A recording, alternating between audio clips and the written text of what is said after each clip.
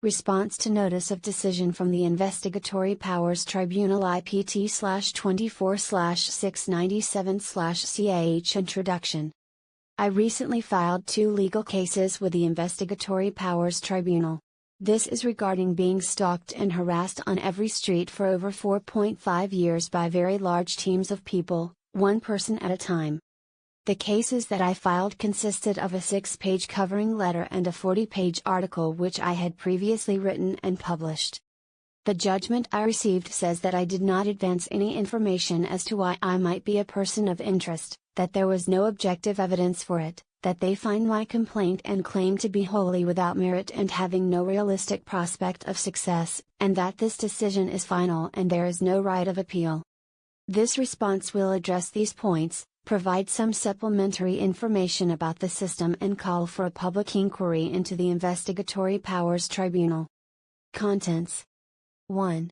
My response. 2. Person of interest. 3. No objective evidence. 4. Frivolous or vexatious. 5. Decision is final. 6. The system. 7. Public inquiry. 8.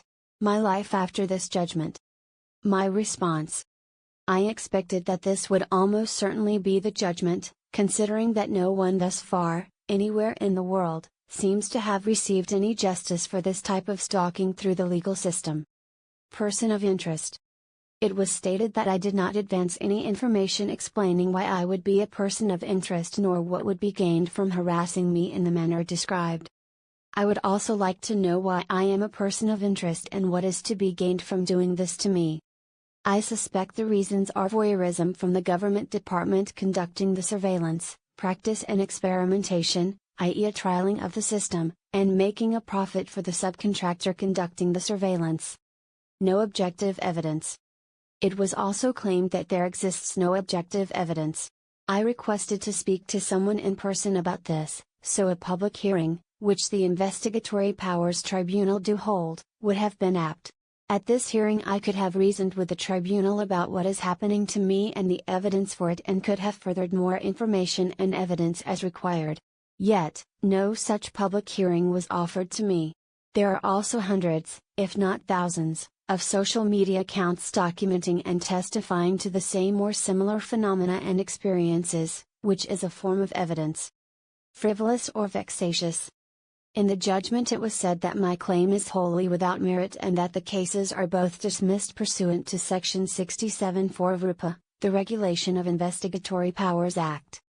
This section of RIPA states: 4. The tribunal shall not be under any duty to hear, consider or determine any proceedings, complaint or reference if it appears to them that the bringing of the proceedings or the making of the complaint or reference is frivolous or vexatious.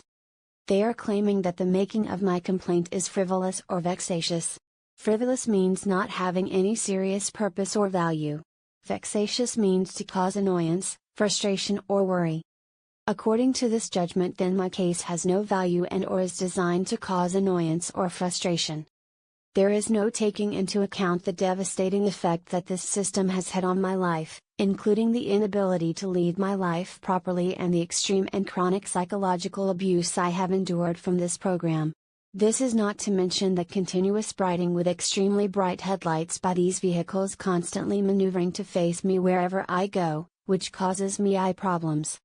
These are all based on fact and should have been treated as though they were very credible claims, yet they have all been dismissed. There is also no acknowledgement of the fact that the system is clearly supposed to be covert, yet it is clearly overt. Decision is final. They also said that the decision is final, that they are not able to enter into any further correspondence on this issue and that I do not have any right of appeal. The system. Although it seems completely outrageous to suggest that one is being stalked by thousands of people, one person at a time, this is clearly the case. There exist private investigators, then there exists teams of 3 to 4 people conducting surveillance. What I am claiming is that there now exist teams of 50+ people in a particular location conducting surveillance systematically and in a machine-like fashion. This is being done to lists of people, i.e. watch lists, concurrently, in a very blatant way. The system is clearly extremely fallible because of the lack of blendability.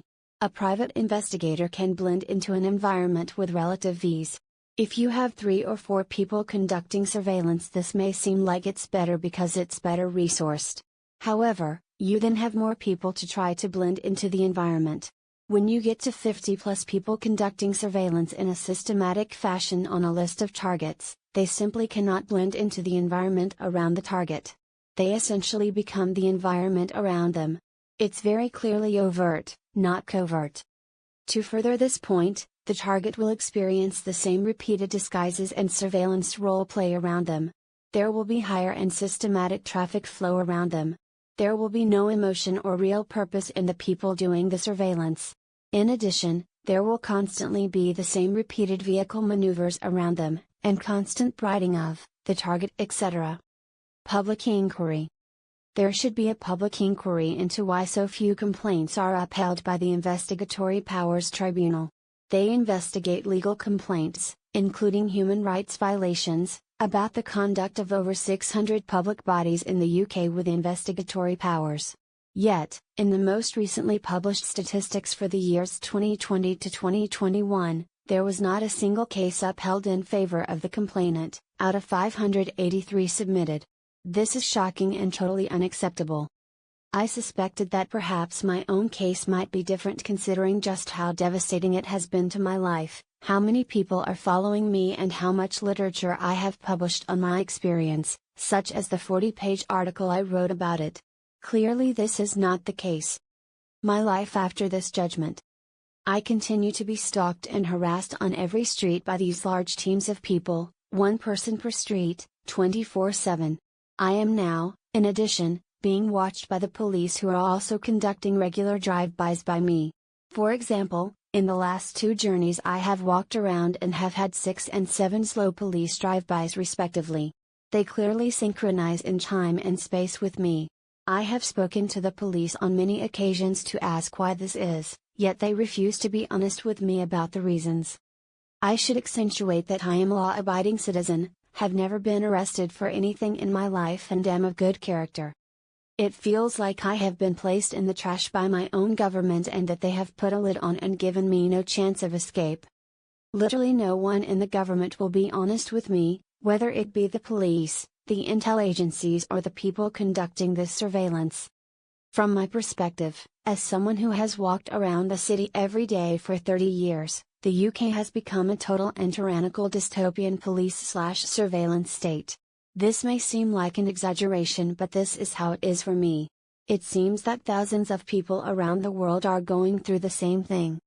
I will continue to self-isolate for the most part, as it's so unpleasant to be outside. I can only console myself with the fact that this system will eventually be exposed, probably in about 10 to 20 years' time. When this happens, it will be an important moment in history, not just for the targeted individuals but for the general public. The general public believe that this type of surveillance is reserved for terrorists and major criminals. They will be shocked to discover that this has been happening. It will be like the falling of the Berlin Wall. I reiterate, there should be a public inquiry into the Investigatory Powers Tribunal and why so few complaints are upheld.